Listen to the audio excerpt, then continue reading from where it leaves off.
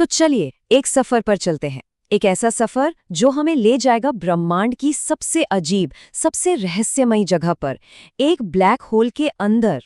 और ये कोई मनगढ़ंत कहानी नहीं होगी, ये सफर पूरी तरह से उस पर आधारित है जो हमें आज की फिजिक्स बताती है। तो सवाल ये उठता है कि अगर कोई सच में एक ब्लैक होल में गिर जाए तो उसे दिखेगा क्या? यही वो सवाल है जिसका जवाब हम आज इस सफर में ढूंढेंगे। एक ऐसी यात्रा जो हमें ब्रह्मांड के सबसे अजीब कोनों में से एक की सैर कराएगी। तो चलिए शुरू करते हैं अपना सफर। हम शुरुआत करेंगे ब्लैक होल से काफी दूर से, उस जगह से जहां इसके गुरुत्वाकर्षण के पहले अजीबोगरीब असर नजर आने लगते हैं। अब सबसे पहली चीज जो दिमाग में आती है वो है अंधेरा, है ना? लेकिन असलियत बिल्कुल अलग है। पहली चीज जो दिखेगी वो है एक चकाचौंध कर देने वाली रोशनी, एक्रीशन डिस्क की। और ये वैसी नारंगी नहीं है जैसी फिल्मों में दिखाते हैं। असल में ये नीले रंग की होती है और अविश्वसनीय रूप से तेज।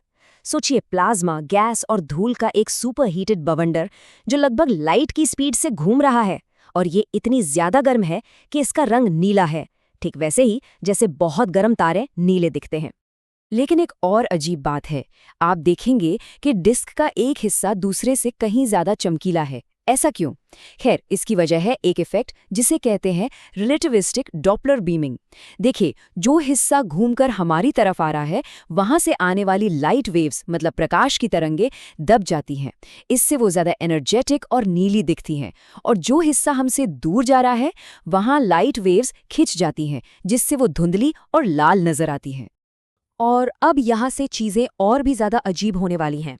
ब्लैक होल का गुरुत्वाकर्षण इतना ज्यादा है कि ये अपने आसपास स्पेस टाइम को ही मोड़ देता है। मतलब लाइट भी इसके पास से गुजरते हुए मुड़ जाती है। इसी वजह से जो एक्रेशन डिस्क असल में चपटी है, वो हमें मुड़ी हुई दिखती है। और तो और, हम डिस्क का पिछला हिस्सा एक ही समय में ब्लैक होल के ऊपर और नीचे दोनों तरफ देख सकते हैं।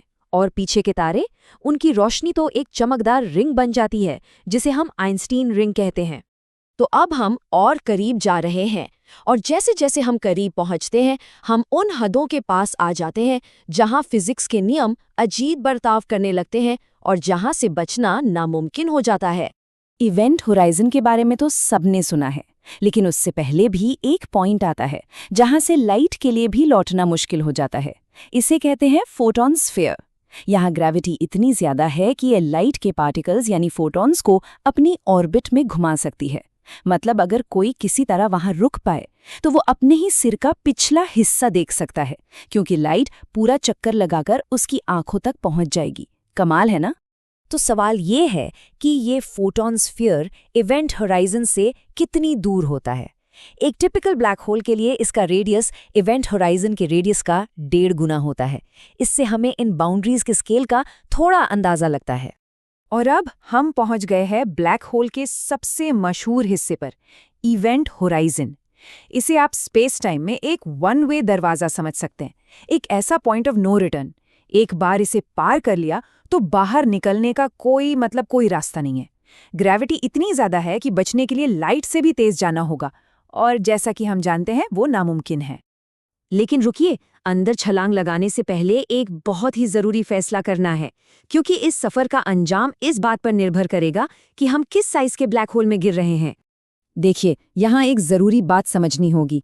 असल खतरा ग्रेविटी की कुल ताकत से नहीं होता, खतरा होता है टाइडल फोर्स से। अब ये क्या है? ये है ग्रेविटी के खिंचाव में अंतर।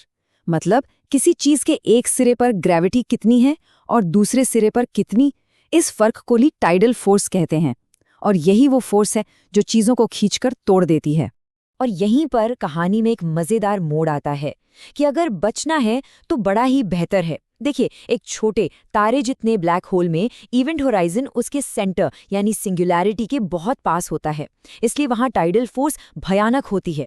लेकिन एक सुपरमैसिव ब्लैक होल वो इतना बड़ा होता है कि उसका इवेंट होराइजन सिंगुलैरिटी से बहुत बहुत दूर होता है। इसका मतलब ये कि होराइजन पर ग्रेविटी का उतार चढ़ाव बहुत ही मामूली होता है।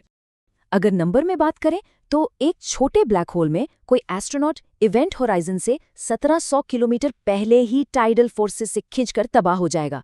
लेकिन एक सुपरमैसिव ब्लैक होल के होराइजन पर वहां टाइडल फोर्स इतनी कमजोर होती है कि धरती पर खड़े होने से भी कम महसूस होगी। तो साफ है, अगर इवेंट होराइजन को पार करना है तो सुपरमैसिव ब्लैक होल ही एकमात्र रास्ता है। तो ठीक है, हमने अपना सुपर मैसिव ब्लैक होल चुन लिया है और अब हम उस पॉइंट ऑफ नो रिटर्न को पार करने जा रहे हैं। तो चलिए देखते हैं कि इवेंट होराइजन को पार करने का एहसास आखिर होता कैसा है। और जवाब है आश्चर्यजनक रूप से कुछ खास नहीं। जी हाँ, ये शायद सबसे बड़ी गलतफहमियों में से एक है। इवेंट होराइजन पार करते वक्त कोई धमाका, कोई झटका, कोई ड्रामा नहीं होता। जो गिर रहा है उसके लिए ये एक बिल्कुल आम पल की तरह होगा। सच तो ये है कि उसे पता भी नहीं चलेगा कि उसने वो बाउंड्री पार कर ली है। ऐसा क्यों होता है? इसकी वजह है आइंस्टाइन का इक्विवेलेंस प्रिंसिपल। मतलब एक छोटे लोकल स्केल पर, जैसे किसी इंसान के शरीर के साइज पर, स्पेस टाइम का घुमाव महसूस ही नहीं होता। सब कुछ बिल्कुल नॉर्मल लगता है। फिजिक्स के नियम वैसे ही काम करते हैं जैसे कहीं और करते हैं। यहाँ एक और गलत फहमी दूर होती है। लोग सोचते हैं कि ब्लैक होल का अंधेरा पूरे व्यू को घेर लेगा, लेकिन असल में ठीक इसका उल्टा होता है। एबरेशन ऑफ लाइट नाम के एक इफेक्ट की वजह से जैसे जैसे स्पीड बढ़ती है, बाहर का पूरा ब्रह्मांड, पीछे के तारे, गैलेक्सीज, सब सामने एक छोटी सी सिकुड़ती हुई चमकदार खिड़की में सिमट जाते हैं। लेकिन इवेंट होराइजन को पार करने का ये शांत अनुभव ज्यादा देर तक नहीं रहता। जैसे जैसे हम ब्लैक होल के अंदर गहराई में जाते हैं, इस सफर का अंत बहुत हिंसक होता है। याद है वो टाइडल फोर्स जो होराइजन पर बिल्कुल हल्की थी? अब जैसे जैसे हम सिंगुलैरिटी के करीब पहुंचते हैं, वो फोर्स अकल्पनीय रूप से बढ़ जाती है। सिर और पैरों के बीच ग्रेविटी का खिंचाव इतना अलग हो जाता है कि शरीर एक नूडल या स्पेगेटी की तरह खिंचने लगता है। और इसी भयानक प्रक्रिया को कहते हैं स्पेगिफिकेशन। इस प्रक्रिया में शरीर को लंबाई में खींचा जाता है और साइड से दबाया जाता है, जब तक कि वो बस एटम्स की एक पतली धारा न बन जाए। ये एक पल में होने वाला एक बहुत ही विनाशकारी अंत है। और हमारा सफ़र यहीं ख़त्म होता है। क्यों? क्योंकि यहीं पर हमारी फिजिक्स, हमारी समझ भी ख़त्म हो जाती है। सिंगुलैरिटी, वो बिंदु जहाँ स्पेस टाइम का घुमाव अनंत हो जाता है, वहाँ हमारे विज्ञान के सारे नियम टूट जाते हैं। तो उसके अंदर असल में क्या है?